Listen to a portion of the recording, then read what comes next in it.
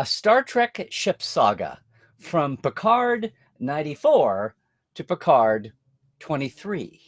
Today on episode 298 of Trekland Tuesdays Live with me, Dr. Trek, Larry Nemecek, coming at you right here from the heart of Trekland, from Portal 47 for some clarity, sanity, and the big picture in all things Star Trek, or most of them anyway. It's a wonderful time to be a Star Trek fan. It's just getting eerie how the world, despite itself, is falling all over itself for the Picard series right now. Even the old skeptics, even the old scuttlebutts are falling all over themselves. Now, there's still a few sincere critics who are not totally in love with Picard, and they state their reasons. I've had a couple of discussions online. In fact, I think that may be what we get into next week, barring any headline news. It's really something to be there. I keep waiting for the other shoe to drop. I mean, I know how I feel, but what I feel is not often what the rest of fandom feels, including a few little hiccups this week about who Shaw handed off command to. It's like, really? But that said, that's bubbling along all over the interwebs at yay. Today, what I wanted to do is share a fun little story, and I've been debating how to do it for the last couple of weeks, ever since I knew this was a thing. Now that we have a little bit more capacity here on Trekland Tuesdays Live, I thought I would share it today. Many moons ago, we lost a great person in Star Trek who was very unheralded, aside from the fact that she was commemorated with one, maybe two, Blu-ray special features over the years, especially with the movie sets. And I'm talking about a wonderful good friend of mine. Her name was Penny Juday. In fact, later on, she married Anthony Fredrickson, who was one of the art department denizens. Was a wonder with whipping up models and things, and one of the taping wonders of the taping days in the Berman era. Worked with, Mike and Doug and Denise and all of those folks. He was part of the original New York Mafia, by the way.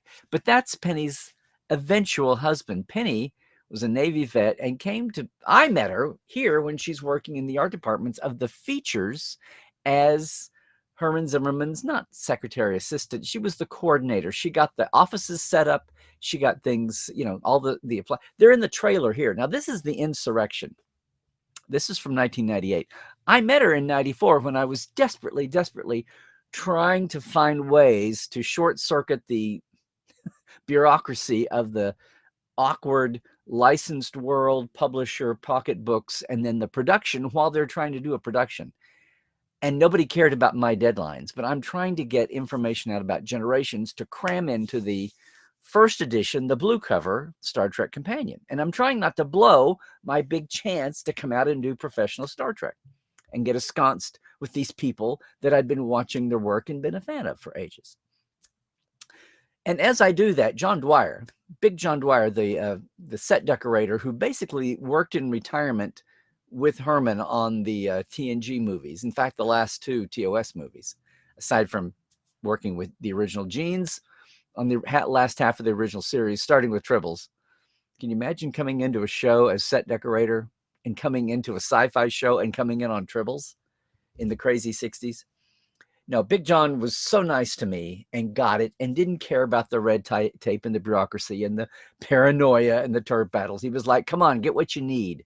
And we had no idea how much or how little I would need, but he was great. And of course, along the way, he introduced me to this lady, Penny Juday, who was also looking out for the folks, all the guys in props and set decoration and doing a lot of the running around too. And she came to me as I made rounds, surreptitiously, not totally slinky, but, not staying careful to be out of the way. But these are the offices, not the stages. And one day she said, hey, maybe you can help us out with something, Larry. And I said, yeah. She knew me by then. She was a fan herself, big time, which is what helped it out. But you kept it on the down low in those days. She said, we've got a prop in the movie, the Picard family album. And it's supposed to be filled with all these mementos. This is for Generations, obviously. Mementos of the Picard life in a 2D format. And I said, oh, that's cool. And she says, well, the guys, meaning the crew, it's easy to fill up with Patrick, Next Generation stuff. And you could put his father and his mother in from their appearances as guest one-off in Dreams and things. From the series, you could put in fact, they recast his nephew for this, but you could put in his brother and all that stuff, the people who die in the plot. Spoilers.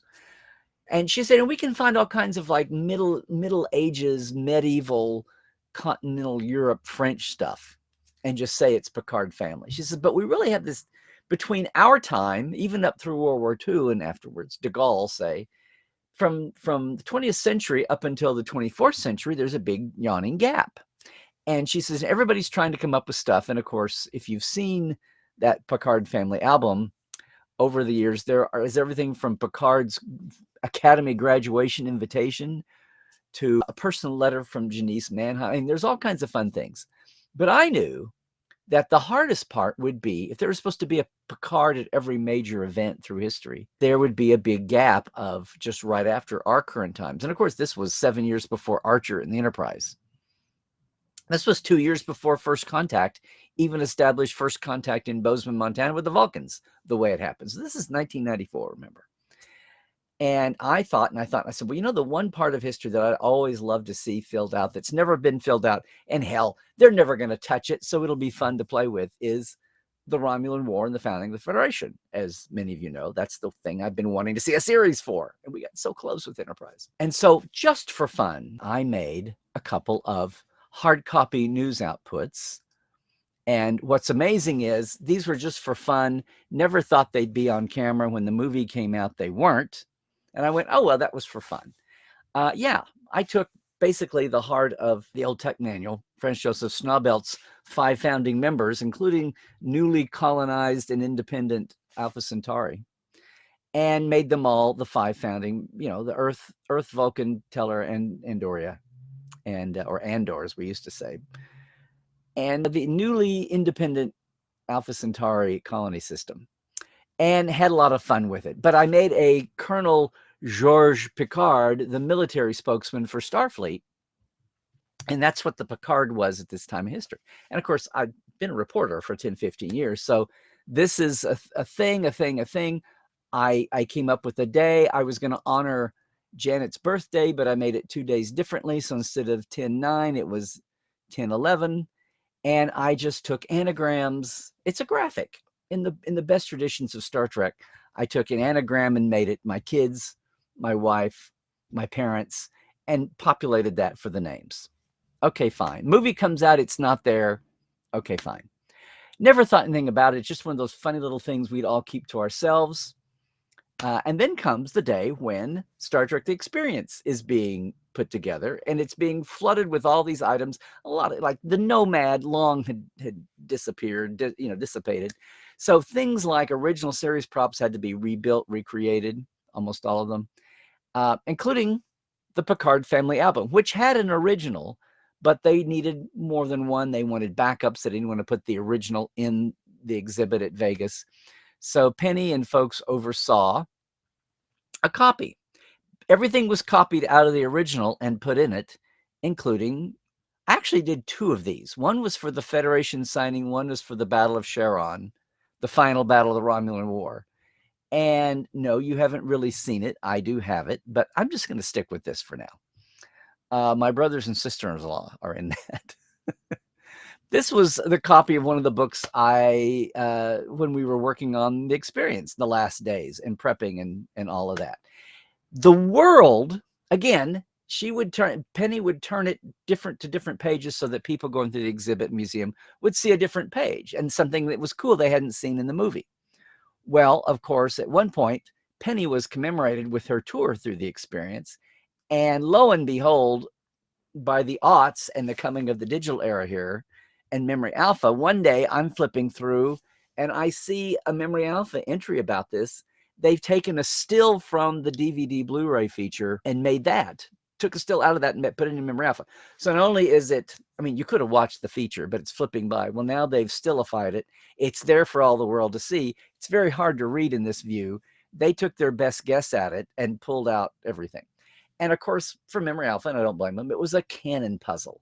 Is it canon because it was inside a prop that was on camera, or is it not canon because this page wasn't actually seen?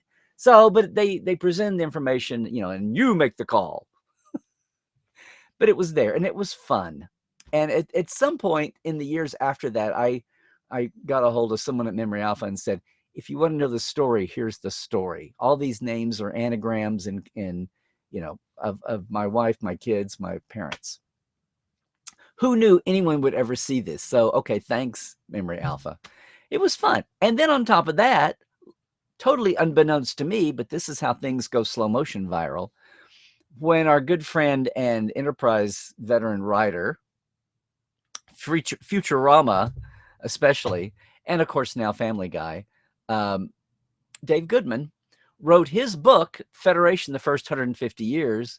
I had no idea till I saw it, read a copy. He took all those names from what he found on Memory Alpha that were canon in a vacuum up until then. Nothing existed, so why not use these? And repeated them all for his Federation 150 Years book. Again, it's not canon, but it's seeing the light of day, which was a big hoot. I had a lot of fun telling him at Vegas that year, first time I'd be able to tell him, thank you for using all those names. And he's, I had no idea. But what else do you do? Well, now we've had a little bit of some population of names that could have been there, but it's not a big deal. There's totally good texture, not trivia reasons why Grawl and Shran and Archer could all have been delegates or maybe not, but the people who actually signed, whatever. It's still just a lot of fun, And then along comes those audacious people at Picard, even before Terry Metalis, who hire our friend Dave Blass to be production designer for Picard season 2 and season 3 and set the world on fire, starting with season 2, but oh my God, this year especially. And Dave's rehired the golden era art guys and gals, brought so many people back as the icing on the cake. But he has the sensibility to say, we're going to create new, but we're going to honor not the old, it's honoring the universe, because the whole point of this was to make it consistent, right? And it's the thing that, yes, a lot of people found lacking with the attitude that came out of the gate of modern Trek with Discovery, which it has since been retconning like madly until they made the big leap and nothing mattered anyway. Once again, it's been awesome to see what Dave did.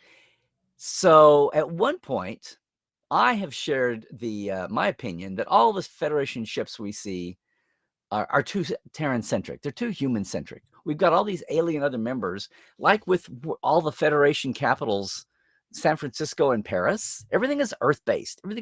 They still even use our Greek letters when they're naming themselves, like the Deltans, much less the natives. Well, I hope they've got a native name. We finally got native names for the Romulans, if it's canon or not.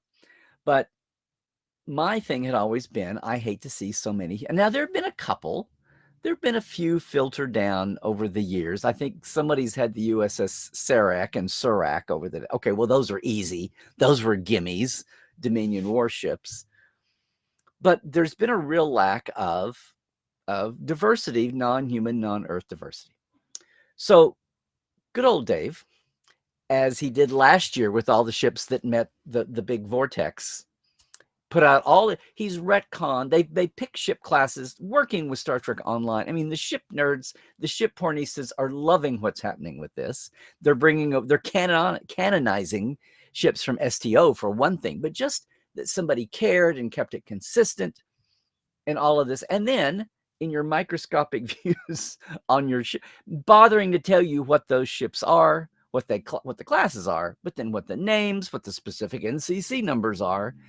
And then you go to Starfleet Academy, now at SoFi Stadium, that kicks off Picard. It's when you're still in prime, not future, not alternate future, not past. You're in prime, and there's the ship row of honored ships and captains, and we read all about the Long de Grace and how Captain Uhura went to the Small Magellanic Cloud. There's all this text.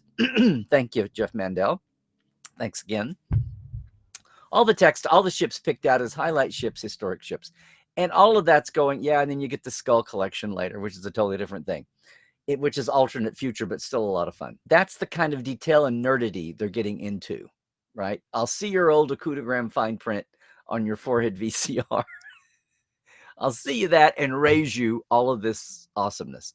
So it became a thing for the alternate future fascist Confederation ships chasing La Sirena Dave came up, he told me nobody thought it was important. And he said, well, let's just designate these ships and give them names and numbers. And they're like, oh, no one's going to know this or care. And he says, no, we will. So they got them named and numbered, and they're all Badmirals from the Prime universe. So if you're not keeping up with this is again why you should follow especially the Instagrams, but okay, yeah, the Twitter feeds for Dave and so many in the art department folks, the veterans and the newcomers, as well as the writers and other creatives. They're sharing all kinds of great behind the scenes when they're allowed to by the spoiler police at the studio. But retcon wise, and especially when new shows are dropping, watch the days after. There'll be all kinds of fun stuff. And so retroactively, they named those pursuing ships like for the CSS Quinn and the CSS Doherty and the CSS Pressman. And I think it was fun. So they've carried that feeling on this year times 100 because we're not in wacky future. We're in Prime all the way through. We're in the real world. And we're around Earth and space dock and all kinds of ships. We're going to have lots of excuses to see ships all season long. And one of the cool things was there's several scenes where there's just ships flying by in the background. And like the Borg Vortex scene last season, the Armada opposing or keeping watch over the vortex and what might come out of it. There's all kinds of ships flying around. And Dave has been sharing what they are. Well, at one point, he asked me, he said, what would you think would be some names of non-humans that we can put on some of those ships? And I said, oh, hold on. We've never had a ship named for a Tellarite, for one thing. And I think we got the Shrash at some point, the Thylex Shran, I mean. The Shran. And that's a Jeffrey Combs thing. So I said him some names. So he's been retconning that. So now we have the USS Ajetbur, Gorkon's daughter. Even though it's Klingon, it was like historic galactic significance. So there's a lot of those coming from different directions and 2 or 3 of mine coming in. Well, at one point, I still didn't see a Tellarite name, although one did creep in. Ancient Tellarite came in. But I'm thinking like Gaff and Grawl from Enterprise. It's not exactly an abundance, Star Trek writers. Let's get some more Tellarites out there. Beyond Jaglam Bog and Dr. Noam from Prodigy. So I reiterated that. He says, well, I've got 2 more ships. What do you think? And I said, well, we could do any of these, or it would be fun to maybe, and I'm indulging. How often do I indulge, gang? I said, maybe we could go back to some of those names that were on the news clipping I had. It would be cool to make them canon. Okay, I'm being selfish. So, Dave comes up with this scene where he's got ships. This is actually Earth back here. You can't tell. The Titan A is about to leave orbit. Infamously. So he took a couple of the names off my list and has shared this now. We now have, there we go, the USS Tijan and the USS Sarad, which if you go back to the Federation Day story, Tijan was the ambassador from Vulcan and Sarad was the ambassador from Andoria. They also happen to be anagrams of my wife, Janet, that a lot of you know, and my stepdaughter, Sarah. Her older brother, Nathan, is Nathan Kell here from Teller. And in the news story, I actually got to have the Andorian and the Teller ambassadors get into a little bit of a brouhaha, which was a funny little in-joke here. And just to say, the Earth ambassador here is Thomas Vanderbilt. That was my dad's first 2 names. And Titus Olite from Alpha Centauri was my mom, Olita Titus, in later years. And of course, here's the USPA Major General Georges Picard. Yes, that was intentional. Was the Picard who's involved here, who was the spokesman. So that was fun. I didn't know he was going to do that because I gave him some Tellarite names as well. And then, of course, they got the treatment. So not only did they call them out, but here they've done the full workups. They're all the new Reliant classes, which is kind of replacing the Miranda class. So there's the Tijan and there's the Sarad. They're both the classes. Now, I told him what the birth dates would be if they wanted to use birth dates for the NCCs for the registry numbers. But, true to this is, I have to bow down here to canon. He didn't go off with custom birth dates, which when I was a kid, I would have screamed about that. So both the Sarad and the Tijan have class fitting NCC numbers. The registry numbers are within that's been established for all the other ones that are popping up, and you can go find them in his collection. Just so you know, I wrote that piece for Generations in the summer of 1994, obviously.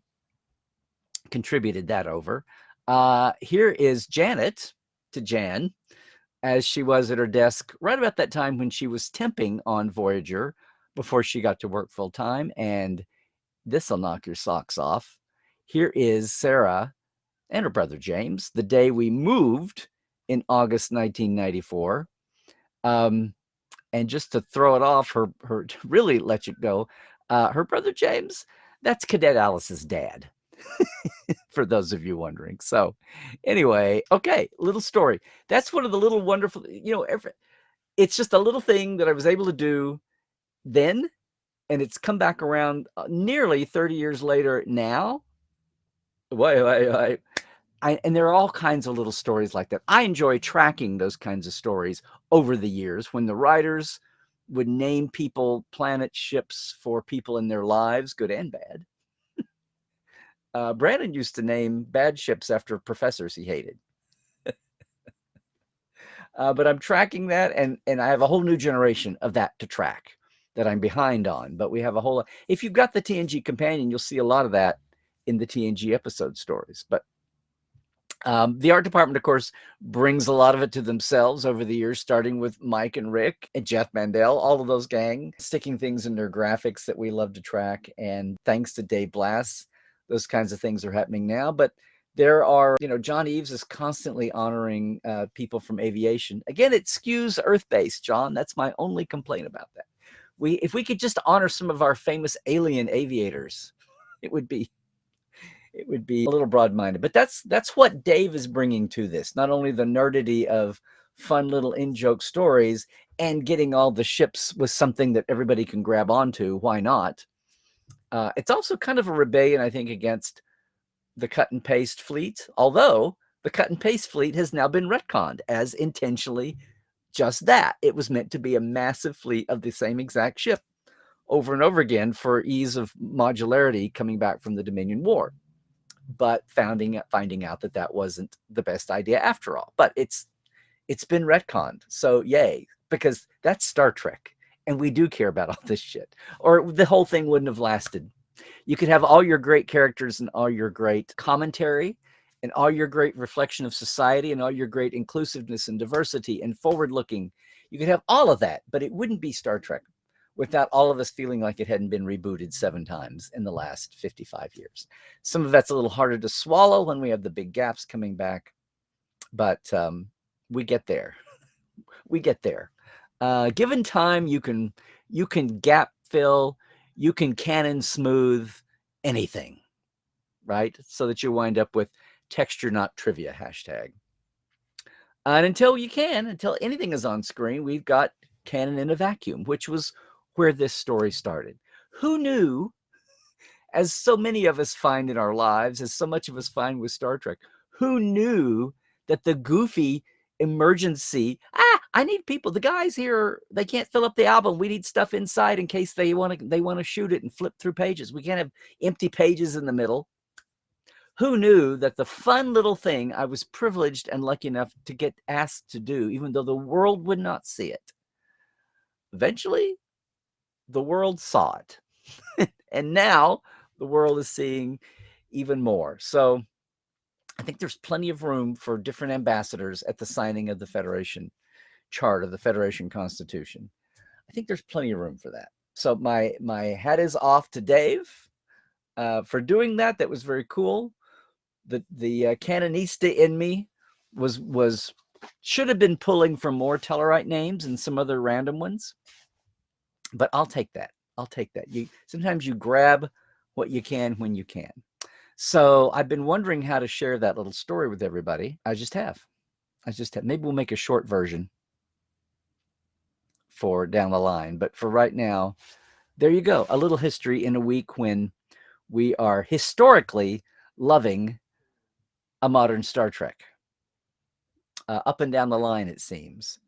And in a week when a big section, and I did a special last week, I hope you saw it, a big commentary about the news last week from the streaming industry and the top levels of Paramount Plus affecting the funnel down to what's happening, the future fate of Discovery, and by ripple effects, what's going to happen across all the Star Trek franchise right now. So maybe not 6 years for Discovery, only 5 seasons, I say, short seasons. Will we still have 5? Will there still be 3 live action series, or is that part of the cut too? Section 31 and Starfleet Academy keep getting mentioned. Are those due to be rolled out together? Will one still be ahead of the other? They were mentioned at the beginning. You'd think Section 31 would be first with Michelle Yeoh and with all the long development that it's been there and then set back and put on a back burner and then brought forward. Different people have had their hands on it. But unlike Discovery's multiple parent birth, this is not being done in the crucible of time and money and got to be rolled out. So Section 31 will have the time to breathe before it sees the light of the world, assuming that it happens, of course. But people keep talking about it. Yeah, lots of people keep talking about it. Who wouldn't be if something wasn't happening? So if that's occupied your week, distraught about that, I invite you to go over and check out my commentary over there this week. But otherwise, that's going to do it. Everybody's waiting for episode 4 this week. I do second opinions now talking about Picard. We can talk about the Picard here in the comments if you want to too, or what else is going on in Trek world, wherever you are, whatever's going on. It's an interesting time to be a Trek fan. It's an interesting time to be a Trek creator. I just hope that some of those gaps that open up for future shows involved this gang of guys and gals that we've been talking about today, with Terry Matalas being in a lead slot. And because I know then he would bring along Dave Blass as his production designer. And I want to thank everybody also who's been liking. Our viewership on YouTube has shot up. It's not melting down yet, but it's multiples of what have been the last 2 or 3 years. So I appreciate everybody watching A Second Opinion. I appreciate everybody watching live, leaving your comments on YouTube, but most of all, liking and subscribing and sharing off of YouTube, because that's where the world that pays attention, that's where the analytics are going to turn up. If you're watching this later, not live, I wish you'd give us a chance if you ever get a chance to. 1 o'clock Tuesdays Pacific, 4 Eastern, 9 o'clock UK time, 10 o'clock Central Europe, or thereabouts. It's live. But yes, we got a great group here. You could join in the live comments. But whenever you're watching this, please leave a comment below. The comments section has been blowing up the last few weeks too, with these and with Second Opinion. Love to see that happening. And I get in and talk. So especially for the folks who come later.